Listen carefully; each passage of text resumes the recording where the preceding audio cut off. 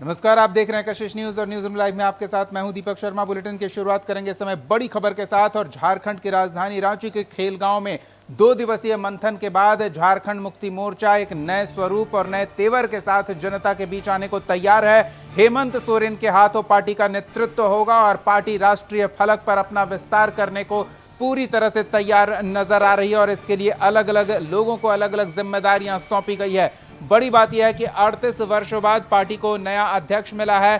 फिलहाल शिबू सोरेन को संस्थापक संरक्षक के तौर पर संगठन में महत्वपूर्ण और अभिभावक के तौर पर जवाबदेही और जिम्मेदारी सौंपी गई है। कुल 16 राजनीतिक प्रस्ताव 2 दिवसीय मंथन में पास किए गए हैं। बड़ी खबर इस समय की आपको बता रहे हैं और ये तस्वीरें उस दौरान की जब कार्यक्रम के दौरान पार्टी के तमाम नेता, पार्टी के सभी कर्मठ कार्यकर्ता जुटे और पार्टी को किस तरह से विस्तार दिया जाए, संगठन को धार दिया जाए और विस्तार के साथ साथ झारखंड के बाद बिहार, उड़ीसा, पश्चिम बंगाल और उत्तर पूर्वी राज्यों तक इसकी पहुंच सुनिश्चित की जाए, इसको लेकर विचार विमर्श किया गया।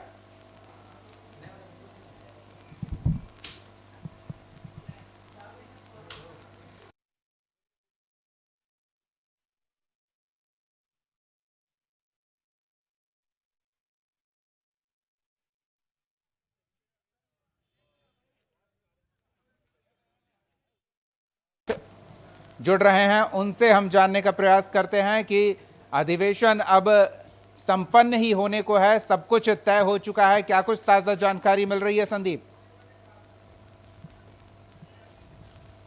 जी, जेएमएम का 2 दिवसीय जो 13वां महाधिवेशन था लगभग समापन की कगार पे है और ये जो मंच से अब घोषणा हो चुकी है कि अब जेएमएम की कमान मुख्यमंत्री हेमंत सोरेन के हाथों सौंपी गई है और उनको केंद्रीय अध्यक्ष की घोषणा यानी केंद्रीय अध्यक्ष पार्टी ने बना दिया है। और यदि शिबू सोरेन गुरुजी की बात करें तो उनको संस्थापक संरक्षण का एक जो भार है वो दिया गया है, क्योंकि पार्टी की शुरुआत उन्होंने की थी और यही वजह है कि उनको संस्थापक संरक्षक बनाया गया है। वहीं यदि पूरे राज्य भर से कमेटी की बात करें, केंद्रीय कमेटी की, तो उसमें कल्पना सोरेन मुर्मू को केंद्रीय कमेटी सदस्य नियुक्त किया गया है। वहीं 284 लोगों को इस केंद्रीय कमेटी में शामिल किया गया है, जिसमें राज्य के अलावे दूसरे राज्य के भी प्रतिनिधि शामिल है।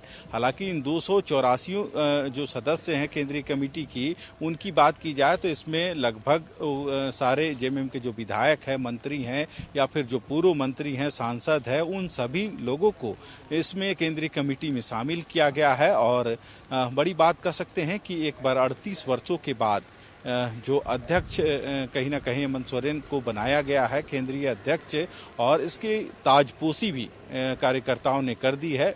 और जब घोषणा हुई उसके बाद कह सकते हैं लोगों का जो हुजूम था मंच पे देखने को मिला। सभी कहीं ना कहीं हेमंत सोरेन को बधाई देने के लिए मंच पे उपस्थित थे। हालांकि अब जो दूसरे दिन की जो कार्रवाई है महाधिवेशन की वह चल रही है और पार्टी कहीं ना कहीं अपने को राज्य के अलावे अन्य राज्यों में भी कैसे विस्तार हो, इसको लेके कटिबद्ध है। रही वजह है कि इस बार के महाधिवेशन में अन्य राज्यों के भी प्रतिनिधियों को केंद्रीय कमेटी में शामिल किया गया है। हालांकि जिस तरह से पार्टी लगातार यह सोच रही है कि कैसे यहाँ के जो आदिवासी हैं, मूलवासी हैं, उनको उनका अधिकार हक दिया जाए। हालांकि आने वाले दिनों में पार्टी अब कहीं ना कहीं, चाहे बिहार चुनाव हो या असम का चुनाव हो या फिर अन्य राज्यों में, तो पार्टी यह जरूर कोशिश करेगी कि उन राज्यों में भी वे अपनी उम्मीदवारी यानी उम्मीदवार खड़ा करे और चुनाव लड़े। हालांकि अभी देखना होगा जिस तरह से पार्टी का विस्तार हुआ है, इस महाधिवेशन में पार्टी का अपना संविधान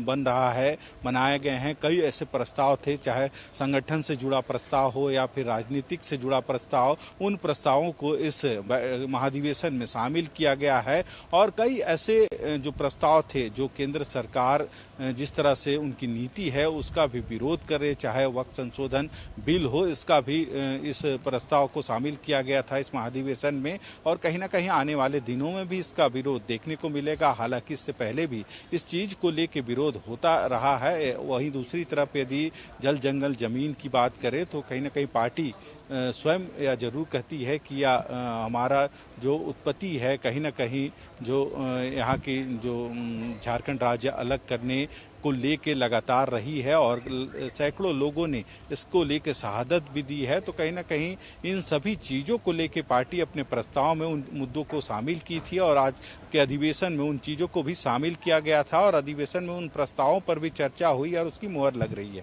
हालांकि अब केंद्रीय अध्यक्ष हेमंत सोरेन को चुन लिया गया है और केंद्रीय जो कमेटी बनाई गई है उसमें 284 लोगों को शामिल किया गया है, जिसमें विधायक, मंत्री, पूर्व विधायक, सांसद ये सभी शामिल हैं ताकि पार्टी का अन्य राज्यों में भी विस्तार हो सके। यही वजह है कि इस बार कमेटी का विस्तार किया गया। हर कमेटी में अधिक से अधिक लोगों को जगह दी गई है। जी बिल्कुल संदीप, ऐसे में एक और सवाल आता है कि अब बिहार में चुनाव है, पार्टी पहले प्रभाव रखती थी कुछ क्षेत्रों में, तो अब चुनाव के मद्देनजर झारखंड मुक्ति मोर्चा भी अपने गठबंधन के सहयोगियों के साथ चुनावी मैदान में उतरने की गुंजाइश तलाश रही होगी।